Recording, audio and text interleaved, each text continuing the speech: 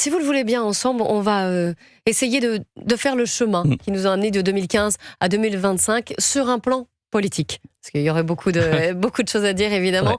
Ouais. On va garder l'angle politique d'un point de vue donc strictement politique. La France a-t-elle su gérer ces attentats correctement déjà à l'époque ? C'est très difficile à dire parce que quand on parle de la responsabilité politique, on peut par exemple parler de la responsabilité migratoire. On sait par exemple que deux des terroristes qui se sont fait exploser au Stade de France ont bénéficié des flux migratoires, notamment en passant par l'île de Léros en Grèce, puis ensuite par les flux migratoires en Serbie ou en Croatie. Et donc il y a une responsabilité politique sur le fait de ne pas avoir su. Et d'ailleurs j'ai vu il y a quelques jours sur le Figaro TV le témoignage d'un des rescapés du Bataclan qui s'appelait Victor Rouard et qui s'étonnait de François Hollande qui, lors du procès des attentats du 13 novembre, avait dit cette phrase « Je savais que potentiellement des terroristes pouvaient s'intégrer dans les flux migratoires, dans les passages migratoires. » C'était une stratégie de la part des djihadistes. C'était une stratégie, oui. On le savait. Je me souviens également d'un journaliste, David Thompson, qui, dès 2013, alertait parce qu'il était allé justement en Syrie. Il avait parlé à des djihadistes et il disait... Vous allez voir, dans les flux migratoires, même si tous les migrants ne sont pas des terroristes, il y a des terroristes dans les flux de migrants. Et ça n'a malheureusement pas raté. On a eu des terroristes qui se sont émissés là-dedans. Donc évidemment qu'il y a une responsabilité politique là-dessus. Ensuite, il y a aussi une responsabilité politique sur ces 30 années d'islamisation du pays où le pouvoir, qu'il soit de droite ou de gauche, n'a pas été en capacité de juguler cet essor de la pression islamiste. Alors oui, on va nous dire que la menace aujourd'hui, elle a changé, qu'on n'a plus de bataillons, mais elle a changé. Elle est endogène aujourd'hui. Déjà, j'étais juste sur le... Voilà, exactement. Elle a un peu évolué. Et on va voir si notre législation s'est adaptée aussi à cette menace.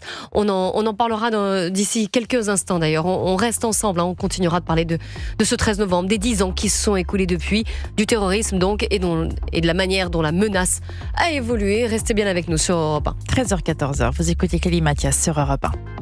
13h-14h, Europe 1 Info. Europe 1 Info, la suite sur Europe 1 avec vous, Kelly Mathias, et vos deux chroniqueurs, Jules Torres, et vous a rejoint en studio Xenia Fedorova, journaliste et chroniqueuse sur CNews. Que je salue, bonjour, bienvenue Xenia Fedorova.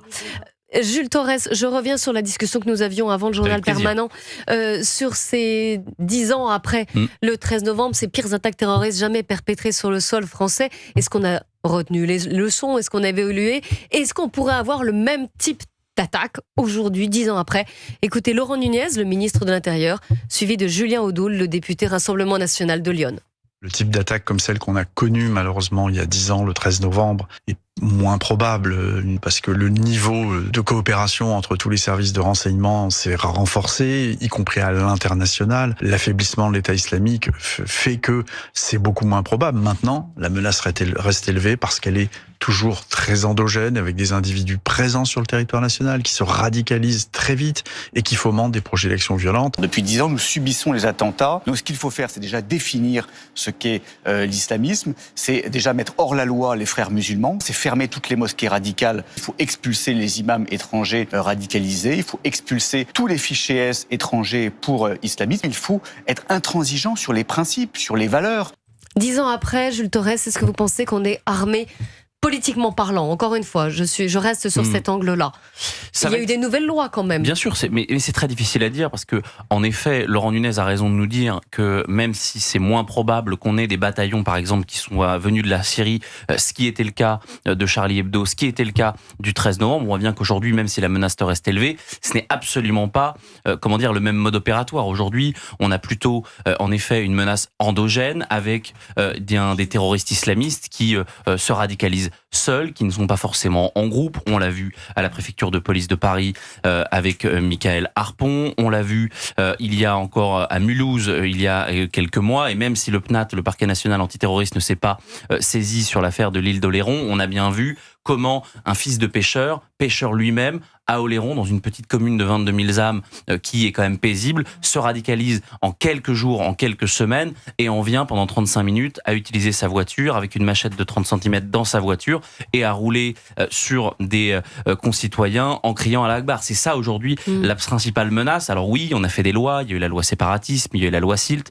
il y a eu la loi sur la prévention. Donc la SILT, sécurité intérieure et lutte contre le terrorisme. Absolument, bien sûr, vous avez raison de le préciser. Tout le monde ne sait pas ce que SILT donc il y a eu plein de lois, mais c'était même pas pour rentrer dans le dans le sujet de ces lois-là, mais le problème, c'est que la menace islamiste est tellement grande, on l'a bien vu avec ce rapport sur les frères musulmans, que même si on a des lois, elles sont, déjà en retard sur la présence islamiste en France. Voyez-vous, quand on ferme par exemple un institut, l'Institut Fornal, qu'a fermé Alexandre Brugère, le préfet des Hauts-de-Seine, il y a quelques semaines, pourquoi la ferme-t-il ? C'est un institut qui prêchait un islam extrêmement rigoriste, qui va à l'encontre de toutes les valeurs françaises et de toutes les valeurs républicaines.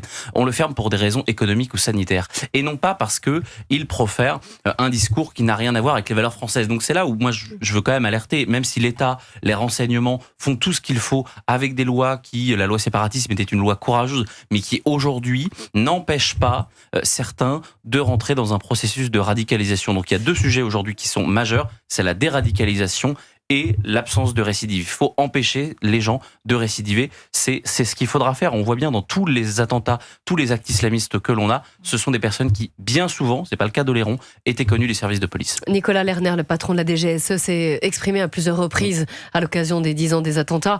Et il disait aussi que cette menace terroriste avait changé. Elle restait évidemment très élevée. Mais il y a un autre défi, c'est la jeunesse aussi. Des gens qui... Quand on regarde dans les chiffres qui nous sont donnés par le renseignement et même Céline Berton, 70% des personnes mises en examen depuis 15 ans pour des faits de terrorisme et d'islamistes ont moins de 21 ans.